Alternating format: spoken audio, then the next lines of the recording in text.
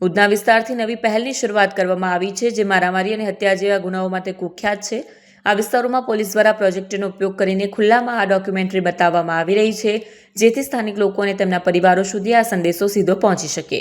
આ ડોક્યુમેન્ટરીનો ઉદ્દેશ્ય લોકોને એ સમજાવવાનો છે કે ગુસ્સો અને આવેગ કેવી રીતે તેમના અને તેમના પરિવારના ભવિષ્યને બરબાદ કરી શકે છે. આ ડોક્યુમેન્ટરીમાં ખુદ સુરત પોલીસ કમિશનર અનુપમસિંહ ગેહલોત લોકોને અપીલ કરતા નજરે આવી રહ્યા છે. તેઓ હિન્દી ભાષામાં લોકોને સંયમ જાળવવાની અને પોતાના ગુસ્સા પર કાબૂ મેળવવાની સલાહ આપે છે. તેઓ ઉદાહરણ આપીને સમજાવે છે કે કેવી રીતે નાની નાની બાબતોમાં ઝઘડાઓ થાય છે અને મોટા ગુનામાં પરિવર્તિત થાય છે. તેમનો સંદેશ સ્પષ્ટ છે કે શાંતિ અને સંયમ જાળવી રાખવું એ જ આ સમસ્યાનો એકમાત્ર ઉપાય છે.